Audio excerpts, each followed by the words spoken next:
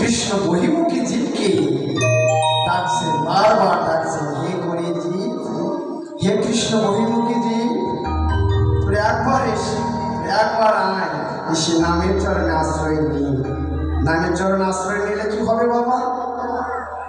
আমরা নাম করবো কেন? কেন নাম করবো?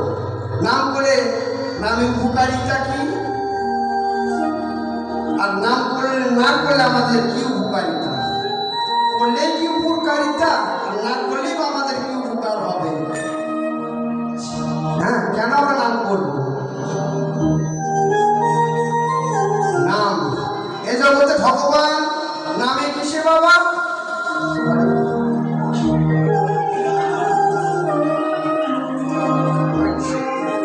বলছেন ভগবান নামে কিসে বাবা? এই জগৎ সংসারে ভগবান যতবার এই পৃথিবীতে অবতরণ করেছেন, কিসে অবতরণ করেছেন? কার মাধ্যমে অবতরণ করেছেন?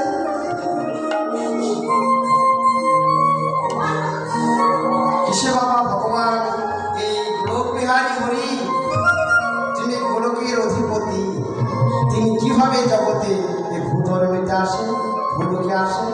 কিসে নামে? ভগবান নামে কিসে? মহাজন বলেছেন হরি নামে, হরির নামে। ভগবান এই গোলক বৃন্দাবন থেকে নামে হরির নামেতে আসে। তিনি হরির নাম করলে ভগবান আর গোলক বৃন্দাবনে থাকতে পারে না।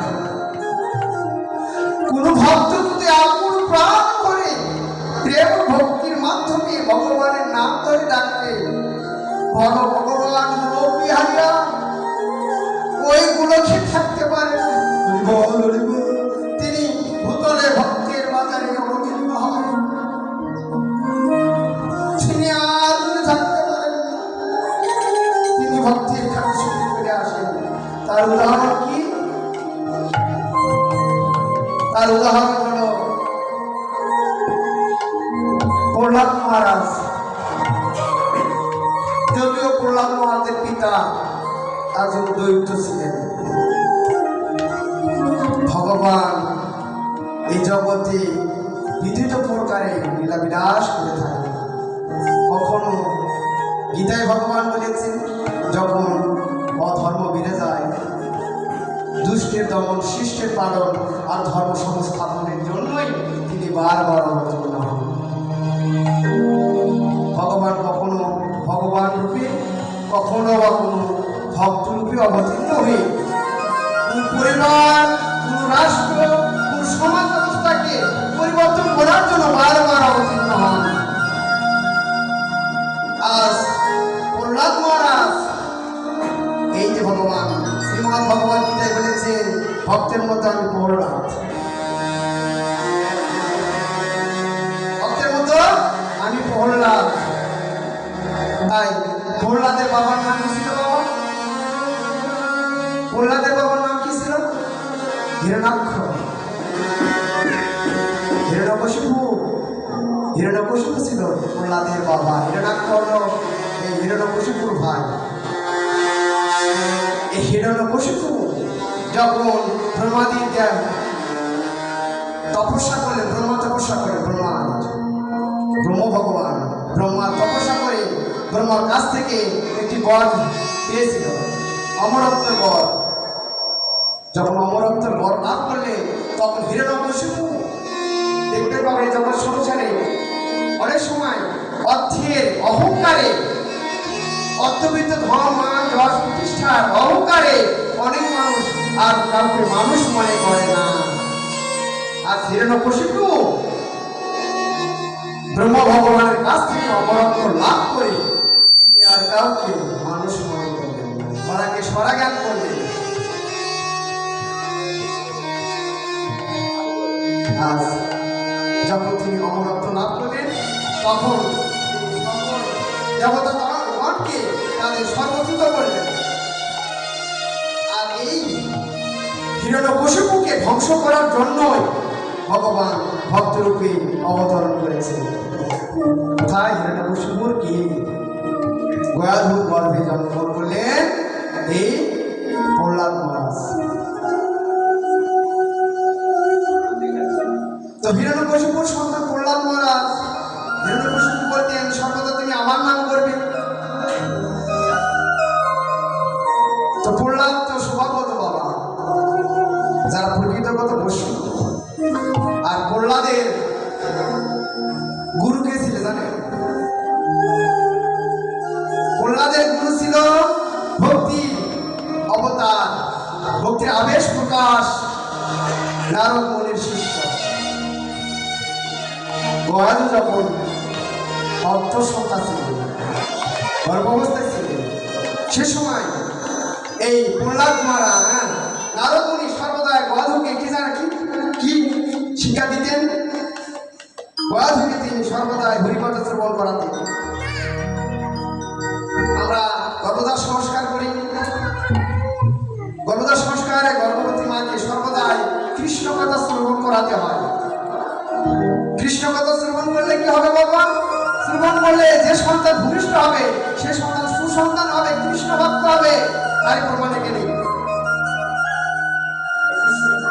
সর্বদাই নারদ মুনি গয়াধুকে কৃষ্ণ কথা শ্রবণ করাতো, কারণ হিরণ্যকশিপুকে নিধন করা প্রয়োজন।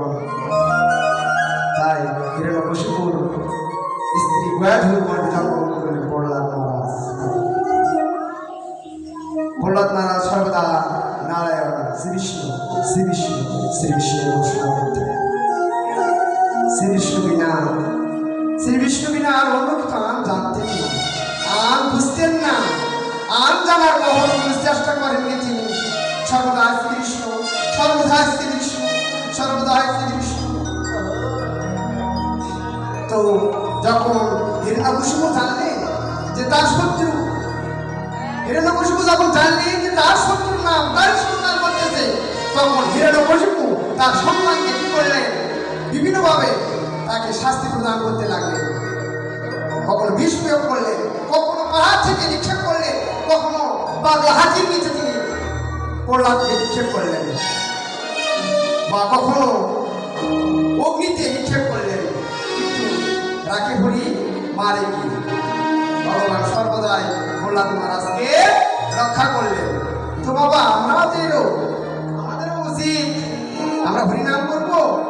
আর হঠাৎ করে যদি বিপদ আপদ আসে আমরা মনে করি আমরা কেন হরিনাম করবো? হরিনাম করে কি হবে? জ্বালা যন্ত্রণা বাড়ে, হরিনাম করলে সুখ আসে না, হরিনামে কষ্ট হয়। প্রহ্লাদ মহারাজ আমাদের কি শিক্ষা দান করলেন? যে আমরা যেখানে যে অবস্থায় থাকি, সুখে কিংবা দুঃখে থাকি, সর্বদাই ভগবানের নাম মতো কীর্তন করে দিতে হবে। অবিচল ভাবে আমাদের হরিগুলো কীর্তনের রত থাকতে হবে বাবা।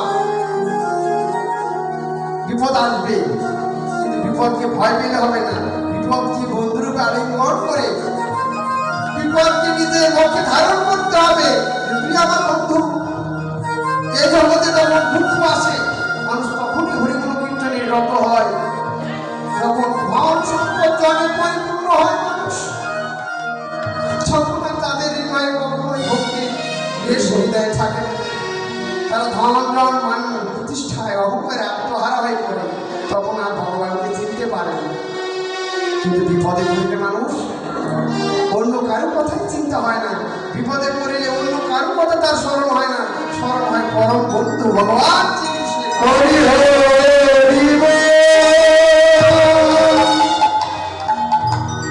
এই হিরণ্যকশিপুর সন্তান প্রহ্লাদ মহারাজ বারবার তাকে বিপদে ফেলানো হলো, কষ্ট প্রদান করা হলো। তারপর অবিচল ভাবে এই প্রহ্লাদ মহারাজ হরিনামের রত ছিল। তাই হরিনাম করলে কি হয়? হরিনাম করলে আমাদের অজ্ঞানতা নাশ হয়, হরিনাম করলে পাপ বিনষ্ট হয়, হরিনাম করলে আমাদের চিত্তবৃত্ত নির্মল হয়, হরিনাম করলে আমাদের পূর্ব অর্জিত যে পাপ সে পাপ বিনষ্ট হয়, আমাদের হৃদয় নির্মল হয়, মরা মানুষ প্রাণ ফিরে পায়, অসাধু সাধু হয়, অসাধুগুলো সাধুতে পরিণত হয় হরিনাম করে, দুষ্টরা সদাচারে পরিণত হয়, ব্যভিচারিণী নারীরা সদাচারী নারীতে পরিণত হয়। হরি নাম করলে কি না হয়, কি না হয়। হরিনাম করলে কি না হয়, কি না হয়, হরিকে কি না হয়, হরিকে কিনতে পাওয়া যায় হরিনামে। আপনারা শুধু হৃদয় ভরা ভাব ও ভক্তি দিয়ে ভগবানকে ডাকতে পারেন, তাহলে হরির নামে তারা আমরা ভগবানকে কিনতে পারবো। অন্য কোনো ধন ঐশ্বর্য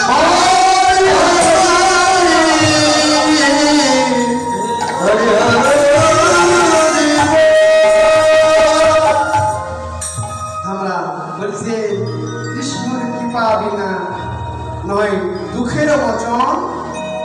থাকে যদি কোটি কোটি ধন, থাকে যদি বিদ্যা বুদ্ধি কোটি কোটি ধন, কৃষ্ণের কৃপা বিনা না দুঃখের মোচন। যদি থাকে বিদ্যা বুদ্ধি কোটি কোটি ধন, কৃষ্ণের কৃপা ছাড়া বাবা কখনোই দুঃখের মোচন হবে না। এই জন্য প্রেম ভক্তি চন্দ্রিকা নরোত্তম ঠাকুর মহাশয় প্রেম ভক্তি চন্দ্রিকায় বলেছেন, যদি হয় কৃষ্ণ ভক্তি তবে হয় মনোশুদ্ধি, তবে যায় হৃদয়ে ব্যথা। বুঝিব যদি হয় মনোশুদ্ধি, যদি হয় কৃষ্ণ ভক্তি তবে হয় মনোশুদ্ধি, তবে যায় হৃদয়ে ব্যথা। আর আমরা দুঃখ জ্বালা যন্ত্রণা নিবারণ করার জন্য কত কি না করি, মনের জ্বালাকে নিবারণ করার জন্য আমরা বহুবিধ গান কীর্তন আদি শুনে থাকি, কিন্তু সেগুলো দিয়ে কি আমাদের দুঃখ জ্বালা নিবারিত হয়? ওগুলো দিয়ে আমাদের কখনো দুঃখ জ্বালা নিবারিত হবে না।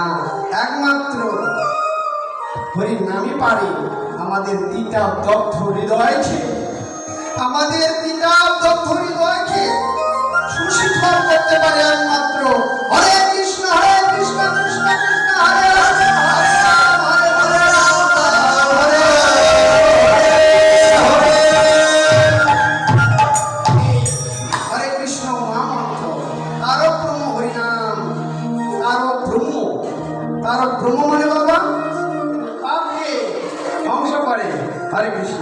তাই গৌর হরি আমার সমস্ত অন্তরঙ্গ ভক্তগণকে নিয়ে সুরধ্বনি গঙ্গার তীরে কি করছে? হরিনামে বিহার করছে আর ভক্তকে ডাকছে কিভাবে? লীলা দর্শনকারী বিধবত্তা গৌরের ভাবকে বুঝে তিনি পথ রচনা করবেন।